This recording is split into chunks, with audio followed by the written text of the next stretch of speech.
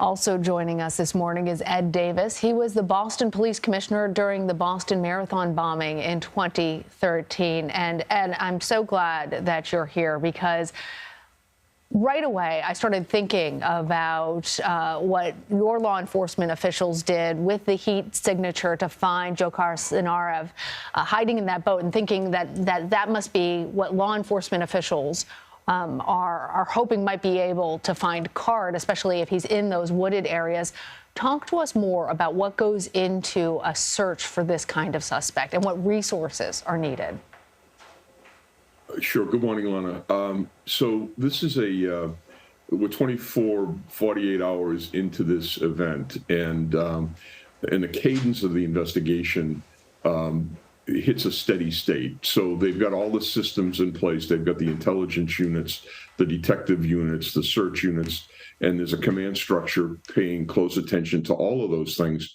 And right now, searching the area where the suspect was, where that vehicle is probably a top priority.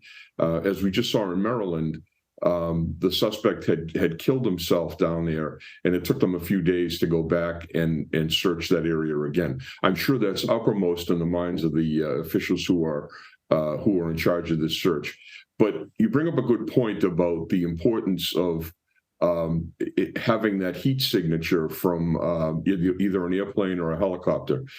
If this suspect, who is well armed and experienced in the use of firearms, has barricaded himself in a position in the woods, and the police don't know where he is, they have the propensity to get too close to him, possibly even trip over him, and give him a position where he can hurt the officers.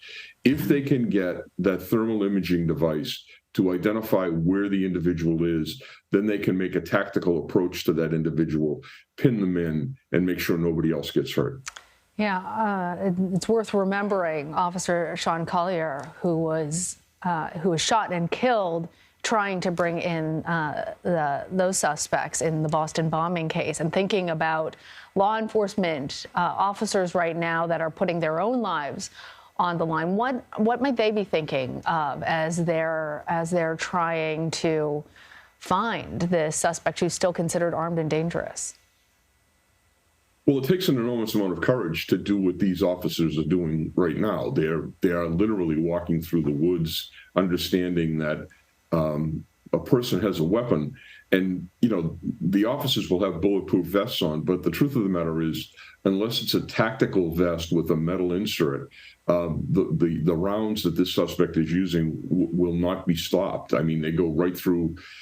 I fired those bullets through the front of a bulletproof vest, through the middle of a telephone pole, and out the back of a bulletproof vest. So that's how powerful these rounds are. That's what they're facing. It takes a lot of courage to do what they're doing, but they're being very tactical, very methodical, and doing everything that they can to lessen the threat. Absolutely. And I'm wondering, based on your experience, if you can talk to us about both how this manhunt is different than the one that we're talking about, you having performed back in 2013 at the Boston bombings, but also what are the clues? What are investigators looking for right now? Well, it is different fundamentally because we were in an urban area. So we were going house to house. We were clearing out buildings. We were going through basements and garages and actually entering into houses and making sure that there was no one in there. This is different because it's a rural area. You've got a river there that the suspect could have made an escape on. So there are a bunch of different variables here that are more complex, actually, than searching in an urban area. I would submit. That's why using natural resource officers, fish and game wardens, people that understand the woods is really important, and using people with former military experience in these areas is an important consideration. So they're doing everything that they can to find this person. The clues that they're following are varied. They're going to be getting hundreds, if not thousands, of tips coming into the command post. They have to manage those. because there could be a tip that sounds innocuous that might actually lead to the suspect. So they have to run to ground every one of those tips that comes in, and then they're going to be questioning friends of this guy. Did he have a favorite fishing hole, a favorite place in the woods that he went to, possibly going back there to end his life? They have to go clear all these potential avenues in the hope that they can pin this guy down quickly. But it is a massive and complex task, because he might have got out of the area. He might have had a car waiting there. This guy seems to be more organized than a lot of people who do this kind of stuff. Ed Davis, really appreciate all of your insights. Thank you. Thank you, Lem.